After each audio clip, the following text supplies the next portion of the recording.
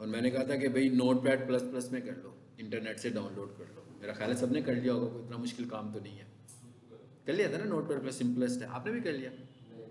Lap अच्छा, आप कर लीजिएगा आज जाके, ठीक है। सो मैं उसी को खोलता हूँ और हम फिर आज आगे की बात करते हैं। ये आ गया जी नोटपैड, मैंने सर्च किया तो।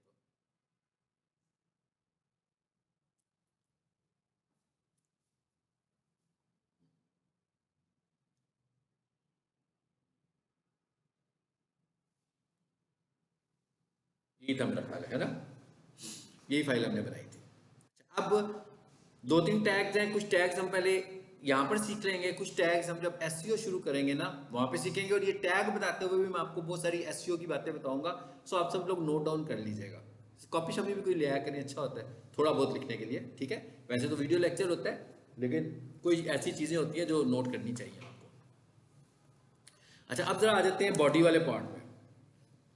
बल्कि बॉडी वाले पार्ट से भी पहले एक और पार्ट इसका करते हैं, और वो कौन सा होता है, साथ वेबसाइट को भी देखते हैं ताकि हमें पता लग जाए कि हम क्या देख रहे हैं। जैसे मैं इधर आ जाता हूँ, इसी वेबसाइट पर आ जाते हैं, ये जो खुली हुई है ना इसी को देख लो।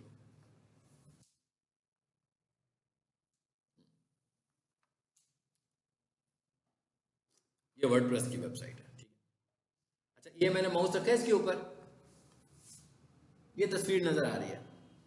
इस तस्वीर को हम बोलते हैं फेविकॉन इमेज, ठीक है। मतलब ये इसका फेविकॉन है। कंट्रोल यू करके चेक करते हैं जरा, फेविकॉन हमें यहाँ नजर आ रहा है कि कोडिंग में।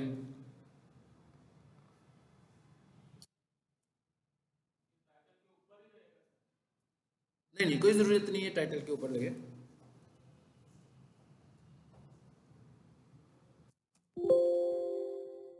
फेविकॉन इसमें नजर नहीं आ रहा हमें, इसमें दूसरे तरीके से लगा है, इसलिए मैं दूसरी वेबसाइट खोल dckitchen.org, ताकि आप टैग समझ लें पहले।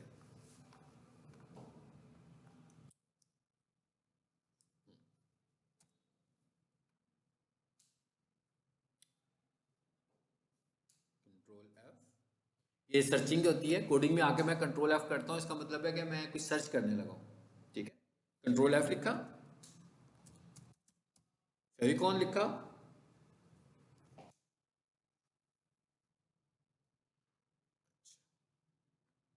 एक ही लिखा हुआ है फेविकॉन।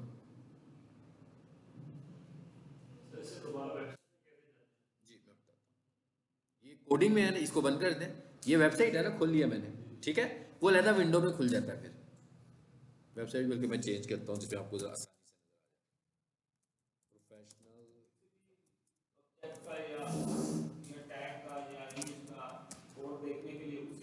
हाँ, ये सिर्फ देखने के लिए सिर्फ।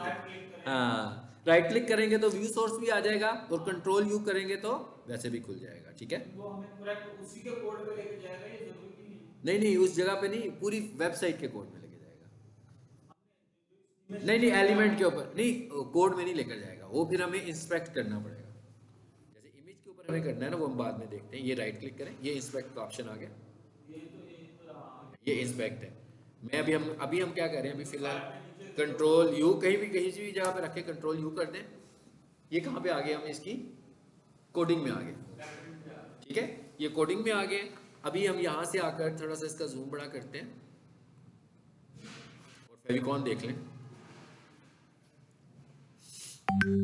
एफ और आ गया फेविकॉन लगा, इस टैग की बात कर रहा हूँ। अब हम इसको समझने लगे। फेविकॉन का है क्या बेसिकली, ये फेविकॉन है। ये जो तस्वीर लगी हुई है आइकॉन, ये किसका आइकॉन है, आप सबको पता लगेगा। जिस वेबसाइट को भी खोला हुआ है हमने, उनका जो लोगो है वही फेविकॉन इमेज के तौर पर यहाँ पे सेट हुआ हुआ है। तो इसको मैंने यहाँ से आए, ये व्यू सोर्स है, यहाँ पर आए तो ये वेबसाइट है, ठीक है। तो मैं इसको फिलहाल करता हूँ कॉपी, और अपनी कोडिंग में ले जाते हैं ताकि आपको लगाना मैं बता दूँ। अब ये लगना कहाँ पर है, ये लगना हेड में है, किसी भी जगह पर लगा दें। इसका टाइटल से कुछ लेना देना नहीं है कि टाइटल से ऊपर के टाइटल से नीचे, चाहे तो ऊपर लगाए चाहे तो आगे। टैग को हमें समझ लेना, ये क्या है। टैग क्या है जी, लिंक। यानी कि टैग कौन सा लगा रहे हैं हम, लिंक का टैग। जैसे वो पहला टैग था ना, वो टाइटल का टैग था, तो ये टैग कौन सा है, लिंक का टैग है। लिंक रिलेशन इक्वल्स टू, अच्छा, एक टैग के अंदर जो डिटेल्स आ रही हैं, वैसे किसी चीज़ में कोई डिटेल्स आए तो हम समझते हैं ये इसकी ऑप्शंस हैं, ऐसे ही है ना, हम यही कह रहे होते हैं ना, ये उसके अंदर ऑप्शंस आ रही हैं। टैग के अंदर जो डिटेल्स होती हैं उन्हें हम बोलते हैं एट्रीब्यूट्स। मतलब टैग की जो ऑप्शंस होंगी उन्हें हम क्या नाम देते हैं? एट्रीब्यूट। ठीक है ना, कि उसके एट्रीब्यूट है। तो लिंक का जो पहला एट्रीब्यूट है वो कौन सा है जी? REL। REL stands for relation. Relation shortcut icon. इसका क्या मतलब हुआ? इसका मतलब ये हुआ कि एक लिंक लगाओ, किस रिलेशन से लगाओ उसे शॉर्टकट आइकॉन बना दो। आप देख रहे हो ना, बड़ी सी तस्वीर है मगर ऊपर जाकर छोटी हो गई है, इस टैग की वजह से हुई है, इस एट्रीब्यूट की वजह से हुई है। उसके बाद हमने आगे क्या कहा? आगे हमने कहा href। href stands for hyper reference. href stands for hyper reference. ये तो हमने कह दिया कि भाई उसे शॉर्टकट आइकॉन के तौर पर दिखाओ। अब हम ये क्या कह रहे हैं? हम कह रहे हैं किसे दिखाना है, इमेज कहां पर है। इमेज बताने के लिए आपने href का एट्रीब्यूट इस्तेमाल करना है।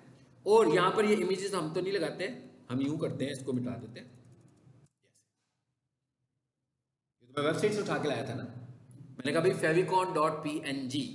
अब ये जो href में सोर्स आ रहा है, फाइल का सोर्स है, आपको पता लग रहा है कि इसका फॉर्मेट क्या है, ग्राफिक।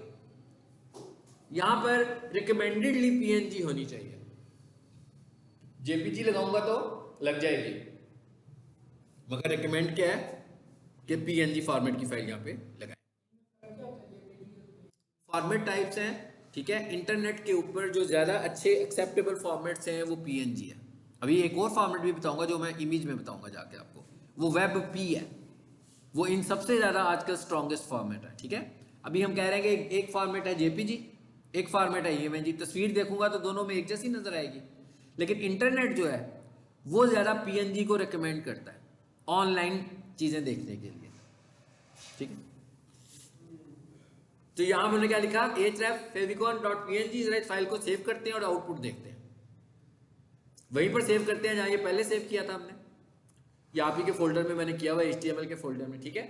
अब इसका नाम मैं रख लेता हूं फेविकॉन। फेविकॉन एन डबल कर लेते हैं। अच्छा, एक काम और समझ लीजिएगा, ये मैंने एन डबल क्यों किया?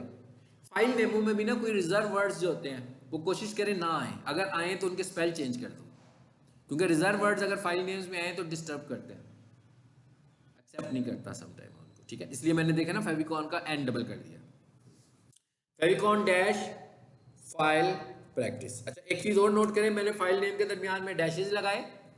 ये भी आपने SEO के लिए एक पहली स्ट्रेटेजी समझनी है कि फाइल नेमिंग कन्वेंशंस क्या होती हैं, कि भाई नाम के दरमियान स्पेस नहीं होनी चाहिए। यानी अगर मैं इसको यूं ले देता favicon space file space practice, आमतौर पर तो ऐसे ही लिखते हैं ना, स्पेसिस दे देते हैं। स्पेसिस इलीगल कैरेक्टर हैं फाइलों के नाम रखते हुए आपकी वेबसाइट के अंदर, चाहे वो इमेज फाइल हो, चाहे वो HTML फाइल हो, भाई किसी भी तरह की फाइल हो, आपने उसमें स्पेस यूज नहीं करनी, ठीक है। बल्कि स्पेस की जगह पर आपने डैश इस्तेमाल करना है। आप देखते हो ना अक्सर वेबसाइट के URL खुलते हैं तो उनके नाम लिखे होते हैं, बीच में डैशेस लगे होते हैं, हर वर्ड के बाद एक डैश लगा होता है। हाइपरटेक्स्ट जी, फाइन, सेव कर दो, बन गई फाइल। अब जरा इस फाइल को हम खोल लेते हैं। इसको इसके नाम से कॉल करेगा उसका।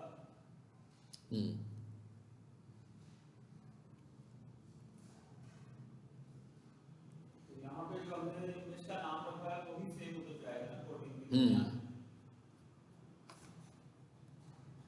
यहाँ है जी, ये फाइल है जी। अभी तो एरर आना है, आना चाहिए ना एरर, ये है ना हमारी, ये नहीं है।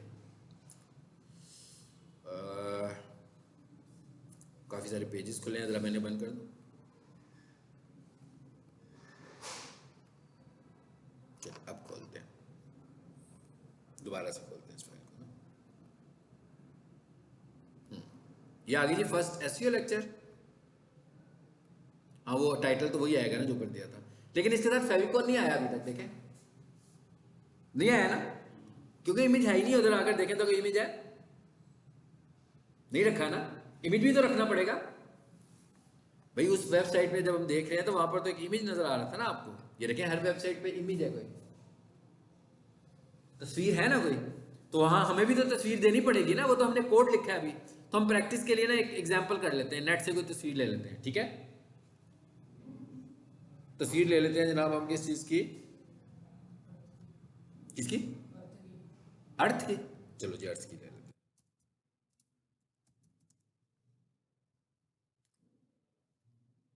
ये हमने अर्थ की ले ली, जो भी हमें अच्छी लग रही है हमने ले ली अर्थ। आगे मैं लिखता हूं, क्या लिखा मैंने अर्थ पिक्स लेने के लिए, अर्थ पीएनजी पिक्स, पीएनजी चाहिए थी ना मुझे, मुझे नहीं पता इनमें से पीएनजी कौन सी, अभी खोलेंगे तो पता लगेगा। अभी तो मैंने सर सर्च किया ना, राइट क्लिक किया इस पे, सेव इमेज एज, देखो पीएनजी नहीं है ना ये, भैया पीएनजी नहीं है, ऑटोमेटिक नीचे क्या आ रहा है, जेपीजी आ रही है। कोई बात नहीं, दूसरी को देख लेते हैं, ये लग रहा है शायद हो, हाँ ये है, वो फील हो रहा है इसके बैकग्राउंड से हो रहा है, हालांकि इसका भी बैकग्राउंड वही था लेकिन हाँ होती है, लेकिन वो थी ट्रांसपेरेंट, लेकिन फिर उसके बावजूद नहीं थी। अच्छा भाई जी, पीएनजी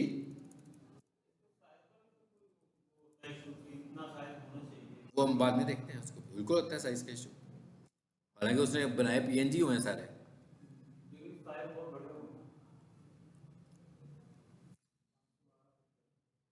अच्छा साइज को देखें, साइज ये कोड ने छोटा करना है हमारा, हम कोड में लिख कर आए हैं ना शॉर्टकट आइकन, अब जितनी बड़ी तस्वीर मर्जी लगा दें वो उसको शॉर्टकट कर देगा, और यही वाली तस्वीर जब मैं वेबसाइट पे लगाऊंगा तो बड़ी नजर आएगी, लेकिन जब मैं इधर लगाऊंगा तो छोटी हो जाएगी, क्योंकि मैंने यहाँ अगर उसका बता दिया ना कि इसे शॉर्टकट करना है मुझे।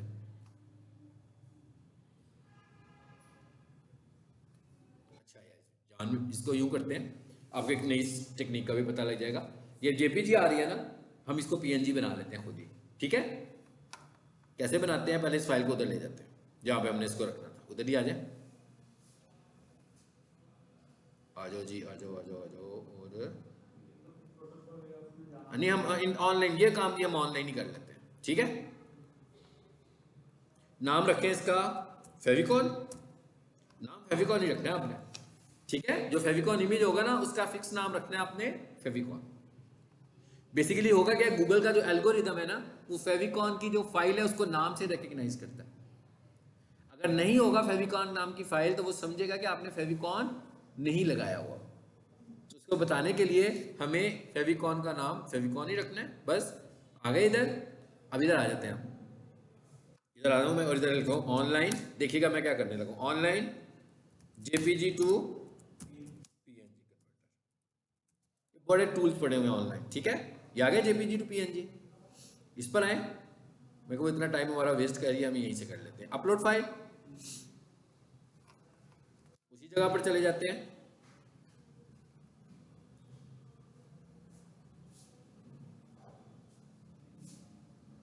ये है जी, ये तो जेपीजी भी नहीं थी, कुछ और ही थी, हाँ कोई और ही है ना, लिखा जेपी था लेकिन कुछ थी जेपीजी नहीं थी, कोई और ही फॉर्मेट था। चलो अब मैं एक काम करता हूँ कि मेरे पास जो और किसी पड़ी है ना किसी जगह पर, इसे क्लोज करें जरा, हाँ कोई और ले लो, यहाँ से नहीं पड़ी तो किसी और जगह पे ले लेते हैं, पिक्स में आ जाओ, यहाँ पर कुछ ना कुछ पड़ा होगा, ये पड़ी है फॉर एग्जाम्पल, अब फिलहाल समझने के लिए, ठीक है। यहाँ पर जो अवेलेबिलिटी है ना तस्वीरों की उन्हीं में से ये ले लेते हैं, चलो होगी,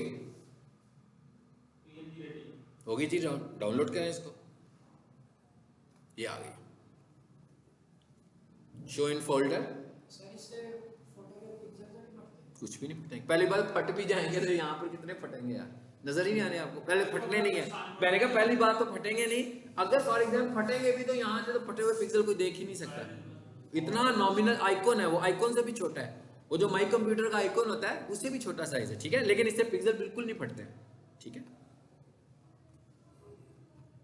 लो जी डाउनलोड हो गई है मेरा ख्याल है, यही है ना, चलो इधर आओ, यही है, तो माउस रखो इसके ऊपर जरा चेक कर लो, पीएनजी हो गई, हालांकि साइज इसका कितना आ रहा है, 1280 लिखा हुआ ऊपर आ रहा था, मैंने कहा मैंने इस पर माउस रखा तो 1280 लिखा हुआ था, लिखा हुआ कंट्रोल एक्स, आ जाए उधर अपने फोल्डर में।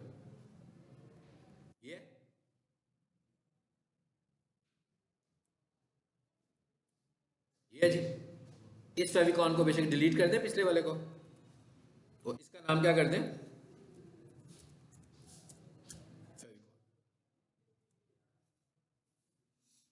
ठीक है जी। इमेज भी है, पीएनजी भी है, फेविकॉन भी है, इधर भी ऑलरेडी मौजूद है, सब कुछ हो चुका हुआ है। अब सीधा सीधा पेज ही रिफ्रेश करते हैं, क्या ख्याल है, कहाँ रखी थी मैंने, यहाँ, रीलोड करें इसको, आगे। वो बेसिकली आइकॉन नहीं है ना, एक्चुअली तो आइकॉन हाँ जी एक बंदे की तस्वीर है ना, तो इसलिए हमें इतना क्लियर नजर नहीं आ रही है। जैसे वो लिंक्डइन का IN उन्होंने बनाया हुआ है, तो इस तरह मतलब इस तरह का आइकॉनिक होगा ना, बेसिकली तो लोगो होगा ना। वैसे तो पीएनजी फाइल होगी तो फिर तो कोई इशू नहीं होगा, वो बनाएगी पीएनजी को, ठीक है। ये पॉइंट समझ में आया आपको, यानी ये हमारी एक दो चीजों से इसको कॉल की है, उसको प्रेस है, एक फेविकॉल नाम से, एक उस फेविकॉन के नाम से। बेसिकली असल में अब ये गूगल के एल्गोरिदम का एक फैक्टर और अप्लाई हो गया आपकी वेबसाइट को रैंक करने के लिए, कि आपकी वेबसाइट पे फेविकॉन लगा हुआ है।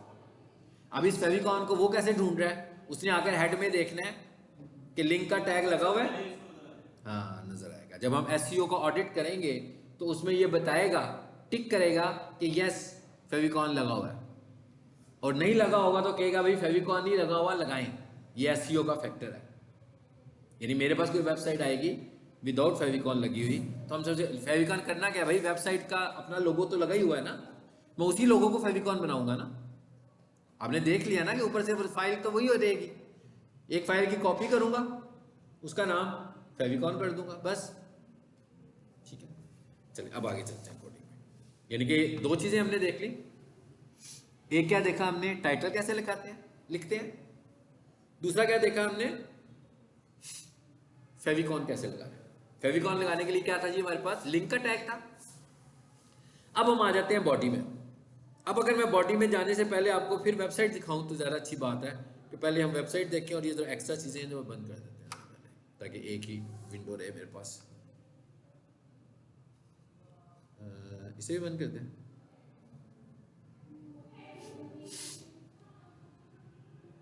इसे भी बंद कर दें, पेजेस काफ़ी खोले हुए मैंने। अब ये एक ही बच गया हमारे पास फाइल। अब इधर आ जाते हैं, अब जरा अंडरस्टैंडिंग ले लेके आगे चलते हैं ना, ताकि हमें पता लग जाए कि हमने एक वेबसाइट के हवाले से कितनी चीज़ों को समझ लिया जो हमारे काम की हैं, हमसे रिलेट करती हैं। टाइटल लिखना देख लिया, फेविकॉन लगाना देख लिया। अब हम नीचे आते हैं, अब ये देख रहे हैं, अब मैंने यहाँ पर अपना कीवर्ड यूज किया हुआ है, हेडिंग में किया हुआ है ना। सो ये क्या है हमारे पास, ये है हेडिंग स्टाइल। यहाँ पर भी हेडिंग लिखी है मैंने, यहाँ पर भी हेडिंग लिखी है मैंने, यहाँ पर भी हेडिंग लिखी है मैंने, यानी हेडिंग्स को लेकर चल रहा हूँ मैं आगे। हेडिंग स्टाइल जो है ये भी एक की फैक्टर है SEO का। अब ये वाला फैक्टर वो कहां से चेक कर रहा है, ये बॉडी में से चेक कर रहा है। बेसिकली वो क्या कह रहा है आपको, गूगल आपको ये कहता है कि आपने कोई कंटेंट लिखना है, जैसे हम बुक रीडिंग करते हैं, तो बुक रीडिंग में भी आपको पता है ना हेडिंग की कितनी इंपॉर्टेंस है। यानी मैं एक किताब पढ़ रहा हूं और अगर मेरे टॉपिक का हेडर नहीं होगा, मुझे तो समझ में नहीं आएगा कि मैं क्या पढ़ने जा रहा हूं। सेम वही बात यहां पर भी वो कह रहा है कि हेडिंग के साथ लिखें। इसका मतलब क्या हुआ, हेडिंग के साथ कैसे लिखें, हेडिंग कितनी होनी चाहिए, ये हम समझने लगे। अब मेरे पास ये वेबसाइट आई थी, जब हो सकता है कि यहां पर लिखा हो वेलकम टू द स्कीर इंजीनियरिंग और हेडिंग भी ना लगी हो, या हेडिंग लगी हो तो सिर्फ लिखा होता वेलकम टू द स्कीर इंजीनियरिंग। फिर मैंने देखा, मैंने कहा भाई ये वेलकम टू द स्कीर इंजीनियरिंग क्यों लिखा हुआ है यहाँ पे, यहाँ पर तो इन्होंने हेडिंग लिखी है। अब देखें गूगल फेविकॉन को ढूंढ रहा था ना, टाइटल को भी ढूंढ रहा था, इसी तरह गूगल हेडिंग स्टाइल्स को भी ढूंढता है कि आपकी वेबसाइट में हेडिंग स्टाइल्स हैं कि नहीं है। अब हेडिंग स्टाइल तो है, मगर उस हेडिंग स्टाइल में लिखा क्या हुआ है, वेलकम टू द स्कीर इंजीनियरिंग। अब वेलकम टू द स्कीर इंजीनियरिंग कोई सर्विस तो नहीं है, कोई प्रोडक्ट भी नहीं है। इसका मतलब कोई बंदा ये ढूंढ तो नहीं रहा होगा गूगल करके, नहीं ढूंढ रहा होगा ना। कोई भी बंदा ने जब दस्तगीर इंजीनियरिंग की वेबसाइट पे आना होगा तो वो इनकी मेन प्रोडक्ट को ढूंढ रहा होगा या मेन सर्विस को ढूंढ रहा होगा। सो हमने कहा भाई ये नहीं लिखना, हमने क्या लिखना है, इनकी जो सर्विस है ना वो है प्रोफेशनल किचन इक्विपमेंट। हाँ, अगर मुझे दस्तगीर इंजीनियरिंग लिखना है ना तो मैं छोटा सा ना इधर लिख दूंगा नीचे दस्तगीर इंजीनियरिंग, लेकिन यहां पर मैं क्या लिखूंगा, कीवर्ड्स।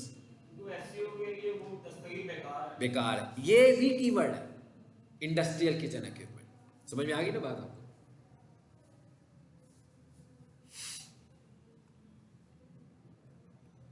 अच्छा, अब हमें ये तो हमें इंपॉर्टेंस का तो पता लग गया हेडिंग स्टाइल की, लेकिन अब हमें ये समझना है कि हेडिंग स्टाइल्स कितने हैं और हेडिंग स्टाइल्स को यूज करने की हायरार्की क्या है, तरतीब क्या है, हम कैसे इस्तेमाल कर सकते हैं हेडिंग स्टाइल्स को। ठीक है, इसके लिए हमें पहले ये समझना है कि हेडिंग स्टाइल्स कितने हैं।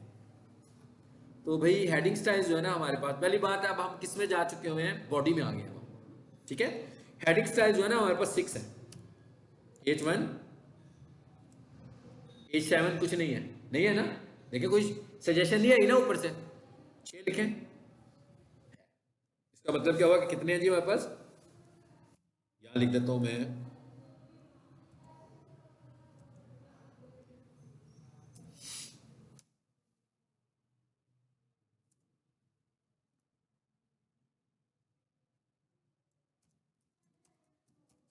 Heading style. अभी मुझे 6 लिखने पड़ेंगे ना, तभी आपको नजर आएंगे और फर्क का भी पता लगेगा, वैसे तो आपको नहीं पता लगेगा। ये 2 हो गए,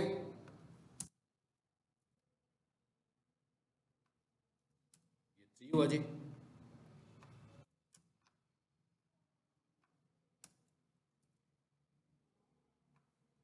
ये 4 हुआ,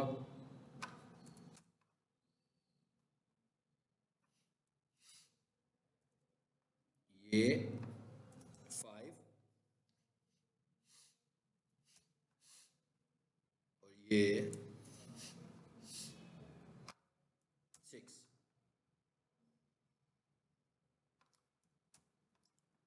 चिक्स लगा दीजिए, मैंने इसको सेव कर दे। अब इस फाइल को जरा एग्जीक्यूट करना है।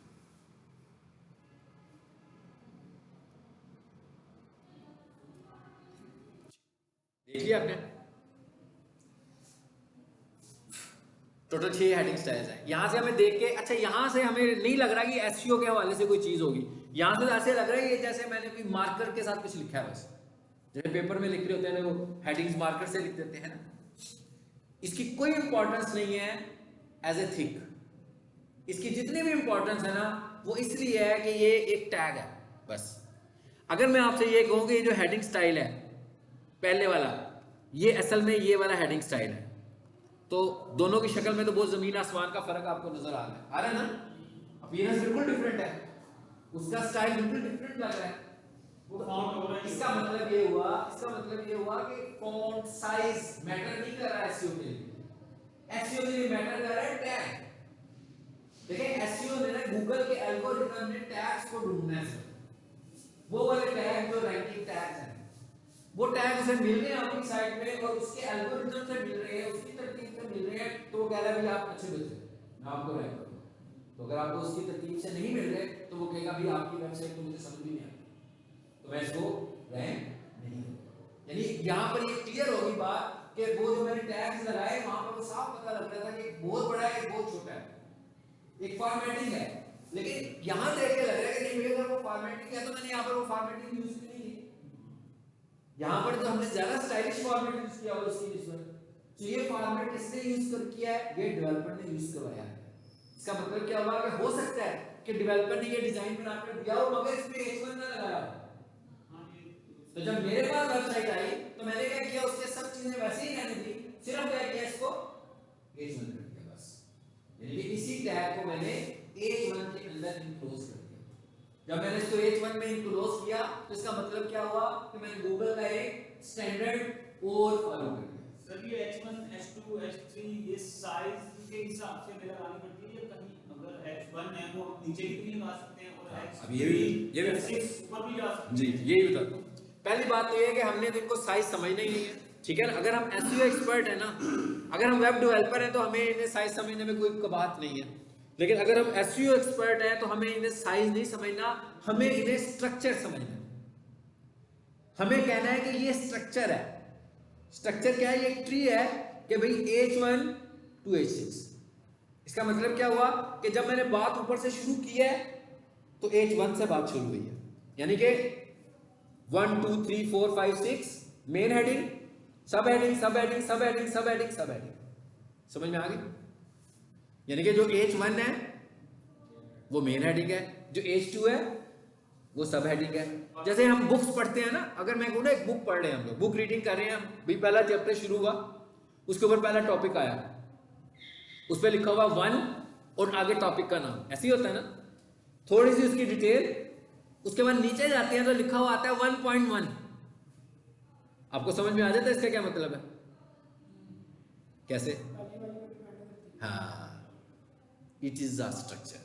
मैं क्या, इट इज द स्ट्रक्चर, ये वो स्ट्रक्चर है जो कि आपको स्कूल में कोई सिखाता तो नहीं है। मैं क्या, ऑर्गेनिकली समझ में आ जाता नहीं ये स्ट्रक्चर सारों को, मतलब किसी को ये नहीं बताया जाता कि इस तरीके से आपने पढ़ना है। अच्छा, उसके बाद हम और नीचे आए, फिर आ गया 1.2, फिर हमें पता लग गया उसी का हिस्सा है। फिर आ गया 1.3, फिर हमें पता लग गया उसी का हिस्सा है। फिर क्या आया? फिर आया 1.3.1। इसका क्या मतलब है?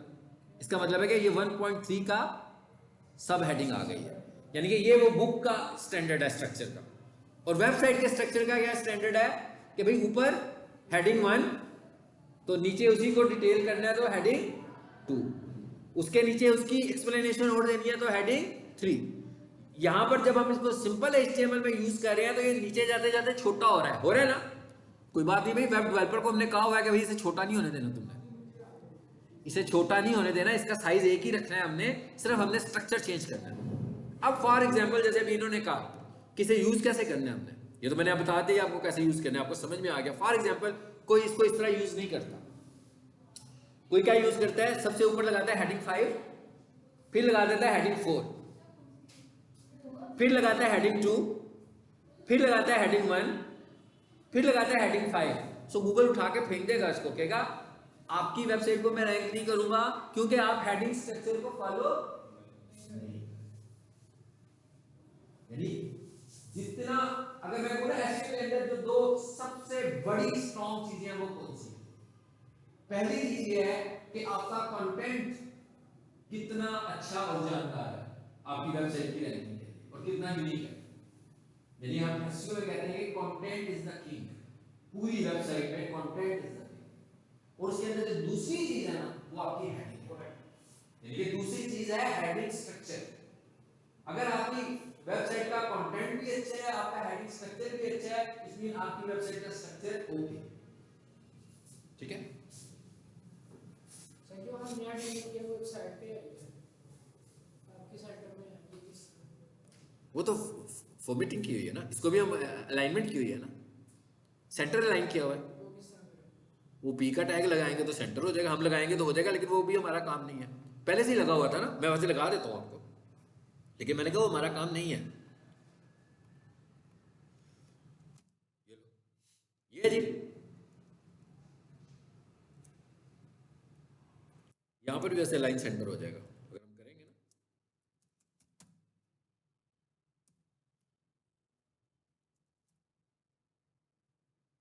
आगे सेंटर,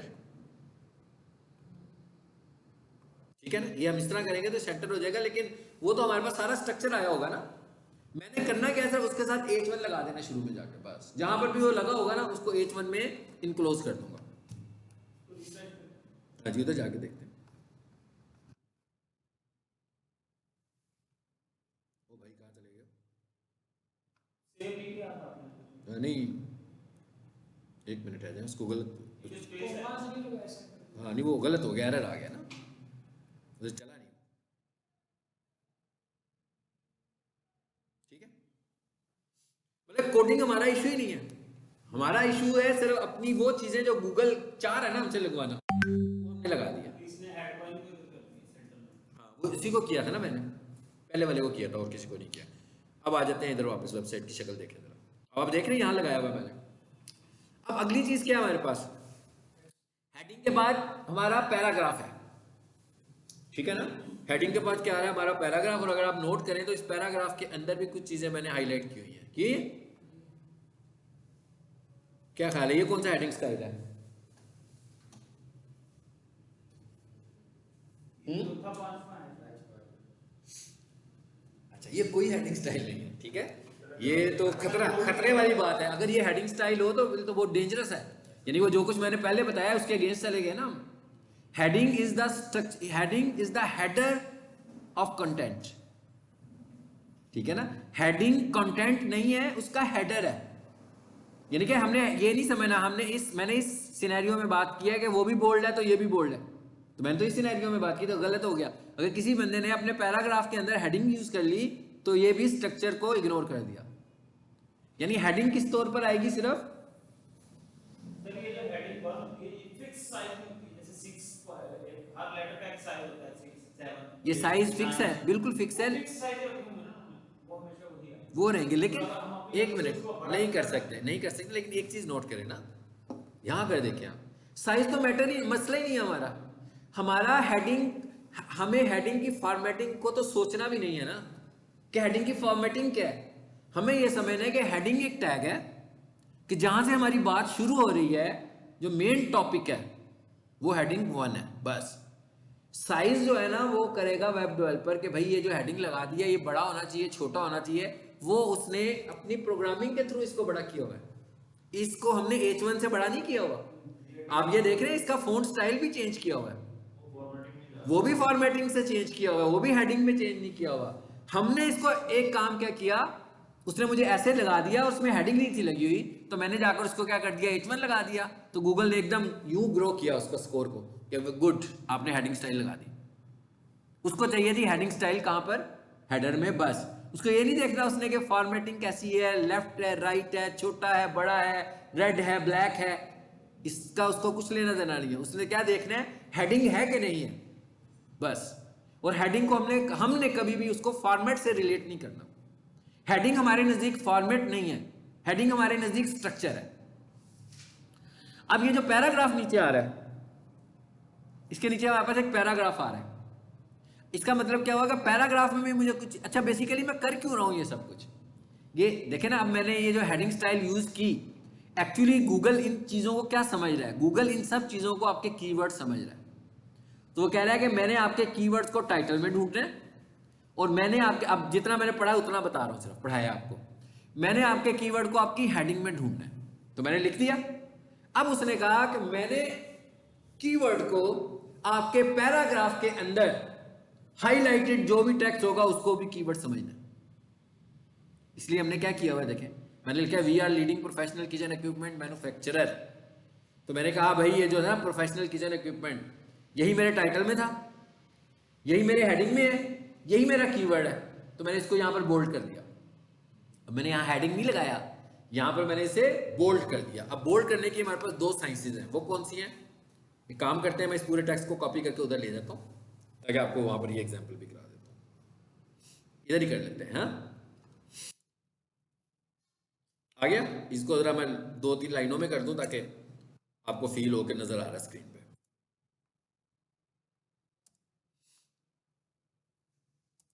हो गया जी, नजर आ गया। लेकिन ये H1 तो नहीं है, इसलिए मैं, ये क्या है, पैराग्राफ है, ये मैं लगाने की जरूरत नहीं, मैं सिर्फ समझाने के लिए लगा रहा हूं। ये पैराग्राफ है और ये कहां पे एंड हो रहा है, यहां पे एंड हो रहा है। पैराग्राफ कैसे बनता है, पी के टैग के साथ, ठीक है। पी का टैग एसईओ का टैग बिल्कुल नहीं है। ये जब मेरे पास वेबसाइट आएगी तो पी का टैग पहले ही लगा होगा। मैंने क्या करना है, मैंने ये करना है कि भाई नहीं पढ़ना है we are leading, for example वो इस तरह कंटेंट लिखता है। इसकी आपको मैं एक एग्जांपल देता हूं जिसकी मैं आजकल एसईओ कर रहा हूं। MEE, ये क्या था, MEC, ओ भाई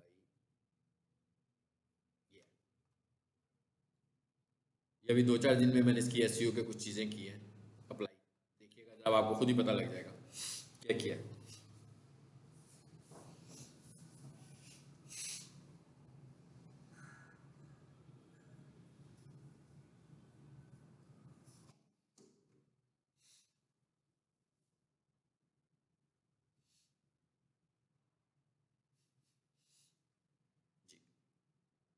कंपनी का नाम है इनोवेटिव इंजीनियरिंग सॉल्यूशंस। इसका टाइटल देखें क्या है, best MEP consultants in Pakistan, ठीक है। ये है ना मेन कीवर्ड, नीचे आए जरा, आगे क्या है, यहां पर क्या किया हमने, यहां पर पहले कुछ और लिखा हुआ था, मैंने क्या किया यहाँ पर उसको मिटाकर उनके कीवर्ड को यहाँ पर हेडर के तौर पर ले आया। अच्छा, उसके बाद ये क्या लिखा हुआ है, इनोवेटिव इंस्टीट्यूशंस आर द, ये जुमला भी मैंने इसमें ऐड कर दिया। अब मैंने क्या लिखा है, इनोवेटिव इंजीनियर्स, उन्होंने क्या किया हुआ था, इसको पहले बोल्ड किया हुआ था, इसको नहीं बोल्ड करना आपने, तो कंपनी नेम है, ये तो ब्रांड है आपकी, ये तो ना आपकी ये कीवर्ड नहीं बनता आपका, ये आपकी प्रोडक्ट नहीं है, ये आपकी सर्विस भी नहीं है, ये तो आपकी ब्रांड नेम है। अच्छा, are the best MEP consultant, अब आप देख रहे हैं मैंने बार बार लिखा हुआ है MEP कंसल्टेंट इन Pakistan, MEP consultancy, best MEP consultant इन पाकिस्तान, नीचे आते हैं जाओ, MEP कंसल्टेंट इन पाकिस्तान, फिर देखें MEP कंसल्टेंट्स इन पाकिस्तान, फिर देखें बेस्ट है।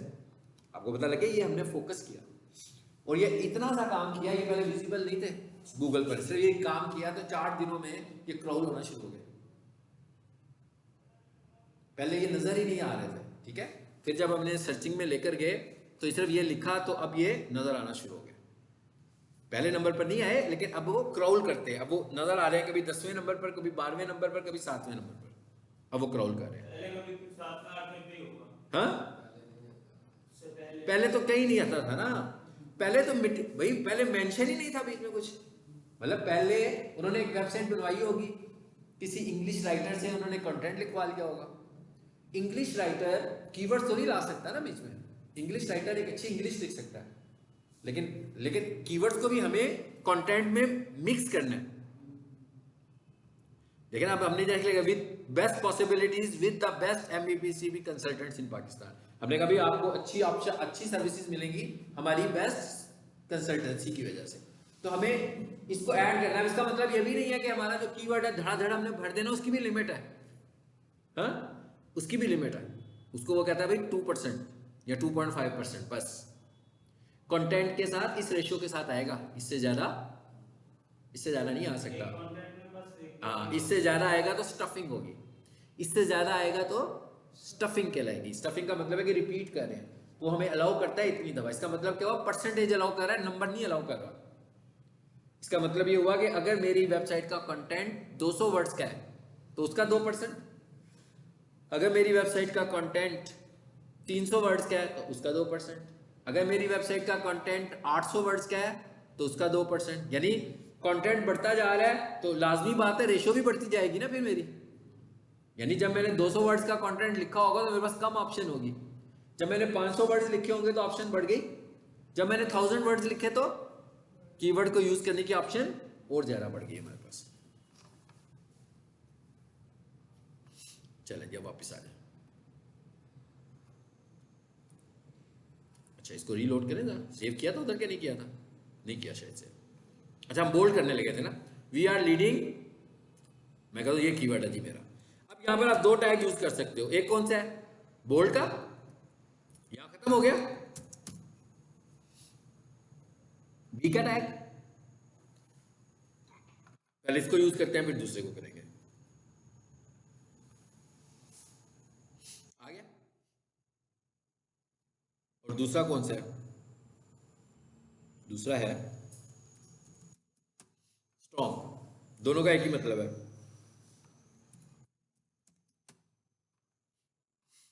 नोट करें, फर्क तो नहीं है, कोई फर्क नहीं है। यानी अब ये कहां पे यूज हो रहा है, ये कंटेंट को हाईलाइट करने के लिए यूज हो रहा है, ये कहां पे यूज हो रहा है, ये कंटेंट को हाईलाइट करने के लिए हम इस्तेमाल कर रहे हैं, बोल्ड भी और स्ट्रॉन्ग भी। कंटेंट को जब आपने कंटेंट का हेडर बनाना है तो हमने हेडिंग स्टाइल यूज करना है, लेकिन जब आपने कंटेंट के देखो हमने कंटेंट में तो कीवर्ड लेकर आना है,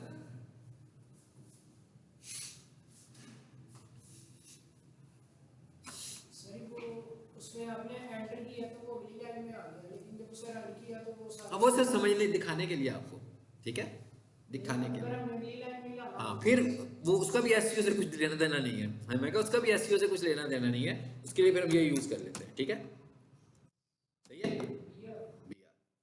वर्ड में लिखते हुए एंटर करते हो ना, लेटर लिखते हुए एंटर करते हैं ना, नीचे वाली लाइन में चले जाते हैं, तो आप समझो एक दफा BR करोगे तो एक लाइन ब्रेक आ गई है, तो इसे एंड भी करना है, यही कर दो यार, मैं क्या ये लो साथ ही एंड होगी,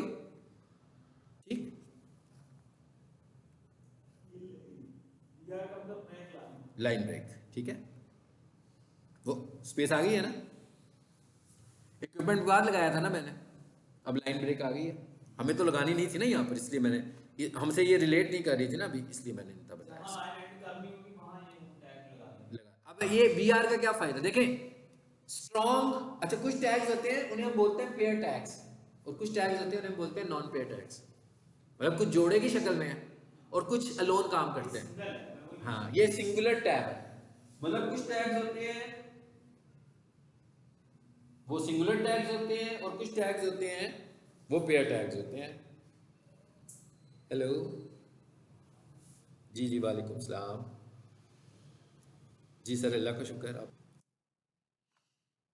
हो गया, मैंने कहा कुछ पेयर टैग्स होते हैं कुछ सिंगुलर टैग्स होते हैं, जैसे अभी ये स्ट्रॉन्ग जो है ये पेयर टैग है, बोल्ड जो है पेयर टैग है, हेडिंग स्टाइल जो है पेयर टैग है, ब्रेक जो है पेयर टैग नहीं है, बीआर का जो टैग है ये पेयर टैग नहीं है, यानी कि बीआर लगा दिया उसने एक लाइन ब्रेक देनी है और इसका काम खत्म, मगर आपने स्ट्रॉन्ग लगा दिया तो क्लोज नहीं करेंगे ना, तो अगर क्लोज नहीं करेंगे तो पूरी की पूरी वेबसाइट ही स्ट्रॉन्ग हो जाएगी, ठीक है ना, मतलब सारे के सारे ही बोल्ड कर देगा उसको। तो इसका मतलब क्या हुआ कि ये पेयर टैग्स हैं, तो कुछ टैग्स होंगे जो पेयर होंगे, मैं बताता जाऊंगा जो हम यूज कर रहे हैं उनमें से कौन से पेयर है। सर इसका जैसे आपने भी बताया अगला स्टॉक ये जैसे लिंक वाला टैग है, का जो टैग है ये अगर नहीं लगाएंगे तो पूरा हाँ नहीं लगाएंगे तो अभी हटा दूं मैं इसको, अप्लाई नहीं होगा, ये अप्लाई होगा। नहीं नहीं अप्लाई होगा, क्यों नहीं होगा, ये देखिए क्या होता है, कपल के बिना अप्लाई नहीं रहेगा। ये ले अब देखते हैं क्या होता है, मैं क्या अब देखते हैं, मैंने रिमूव कर दिया ना एंड,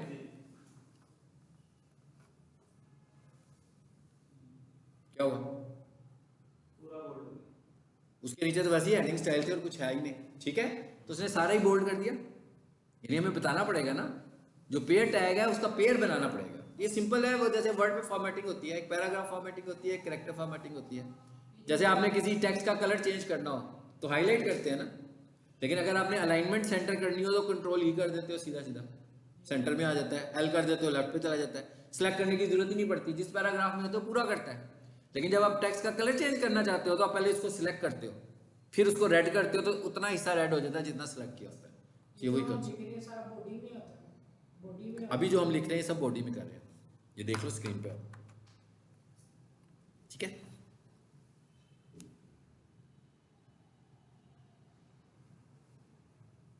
ठीक हो गया, ये हमने आज कौन कौन से देखे टैग्स, बस यहाँ पे हम बंद करते हैं, नहीं लिंक से शुरू किया हमने, मैं क्या लिंक से शुरू किया, अब लिंक पेयर है कि सिंगुलर है, लिंक तो पूरा क्लोज किया हुआ नीचे आपने। लिंक लिंक वैसे मुझे बताओ, ये सिंगल है। बाय बिहेवियर सिंगुलर है, टाइटल भी बाय बिहेवियर सिंगुलर ही है भाई, एक टाइटल ने एक ही टाइटल लगाना है, ठीक है ना। अच्छा उसके बाद बॉडी पेयर है, हेड पेयर है, पी पेयर है, स्ट्रॉन्ग पेयर है, बी पेयर है, बी आर सिंगुलर है, ठीक है ना। ये हमारे एसईओ से रिलेट नहीं करते, वैसे कोडिंग की कॉन्सेप्ट्स के लिए, ठीक है, मैं कही कोडिंग के कॉन्सेप्ट। अब हमने देखेंगे कुछ पर 2-4 चीजें हमारी रह गई हैं, क्या रह गया, अगर मैं उस वेबसाइट को दिखाऊं आपको तो टेक्स्ट तो सारा कवर हो गया, बीच में बच गया ये पीछे तस्वीरें और लिंक्स, मैं कही ये 2 चीजें हैं जो हम अगली क्लास में डिस्कस करेंगे, इसके बाद वो सारे टैग्स हमारे खत्म हो गए जिनके ऊपर हमें काम करना है, यानी कि जब हमने एसईओ करनी है तो एक्चुअली हमने इन चीजों पर ही काम करना है।